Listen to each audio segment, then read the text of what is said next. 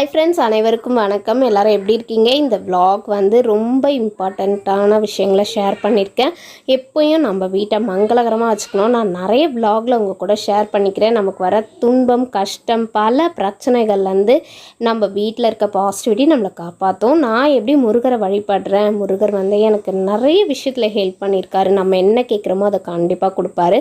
அவ்வளோ பவர்ஃபுல்லான கடவுள். தமிழ் கடவுள்னாலே நம்ம முருகரை தான் சொல்வோம். அதுவும் வீரத்துலேயும் சரி, அவரை மாதிரி நம்ம கேட்டதையும் வந்து எல்லா நோய்களையும் குணப்படுத்துவார். நீங்கள் என்ன வேண்டுறீங்களோ அதை அப்படியே அள்ளி கொடுப்பாரு. அவருக்கு வெற்றிலை தீபம் போட்டு சஷ்டியில் கிருத்திகையில் வழிபட்டுட்டு வரலாம். நான் ஒரு கிருத்திகையிலையும் எப்படி வழிபடுவேன்னு பார்த்தீங்கன்னா, இந்த 6 விளக்கு எடுத்து 6 தீபம், அகல் தீபம் போட்டு அரளிப்பூ போட்டு அவரை வழிபடுவேன்.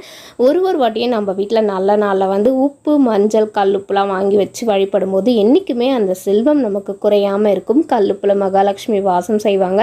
அது மட்டும் இல்லை, அன்னலக்ஷ்மி வந்து நிறைஞ்சு வீட்டில் இருப்பாங்க.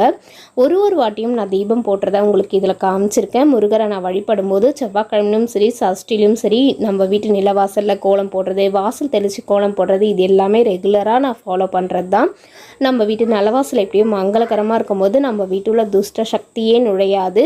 அதோடைய பார்வையில் வீடு மங்களகரமாகவும் பாசிட்டிவிட்டி அதிகமாக இருக்கும்போது அது உள்ளே வரணும்னு நினைக்காது. எப்போவுமே ஒரு கெட்ட சக்தி நம்மளை துணை நின்று ஆட்கொள்ளும் சொல்லுவாங்க. அதாவது நம்ம பாசிட்டிவிட்டியை இன்க்ரீஸ் பண்ணிக்கும் போது நமக்கு எல்லாமே நல்லதாகவே நடக்கும். இது போல் 6 தீபம் ஏற்ற முடியாதவங்க அட்லீஸ்ட் 6 வெத்தலையில் ஒரு அகல் தீபமாவது ஏற்றலாம். நம்ம அகலில் ஏற்றுறது தான் ரொம்ப சிறந்தது. பித்தளையில் தான் விளக்கு வாங்கி ஏற்றணும்னு கிடையாது. அகல் தீபம் தான் முருகருக்கு ரொம்ப சிறந்தது. நெய் ஊற்றி நீங்கள் ஏற்றலாம். முடியலன்னா நல்லெண்ணெய் தீபம் கூட போடலாம்.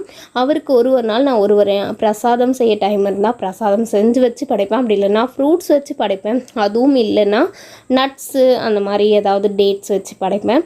இது போல் நம்ம சிம்பிளாக கூட சாமி வந்து ஓம் சரவண பவன் எழுதிட்டு அதுக்கு மேலே 6 வெத்தலையில் மஞ்சள் குங்குமம் வச்சு 6 அகல் தீபம் போட்டு முருகரை வழிபடும் போது நீங்கள் வேண்டுற எல்லாத்தையுமே அவர் தருவார். அரளிப்பூ வந்து அவருக்கு ரொம்ப பிடிக்குன்றதுனால அரளிப்பூ கண்டிப்பாக போட்டு தான் நான் விளக்கேற்றுவேன்.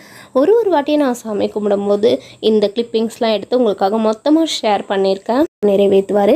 வெள்ளிக்கிழமை தோறும் மகாலட்சுமி ரூபத்தில் இருக்கிற துளசிக்கு நான் இப்படி தான் வழிபட்டுட்டு வரேன்.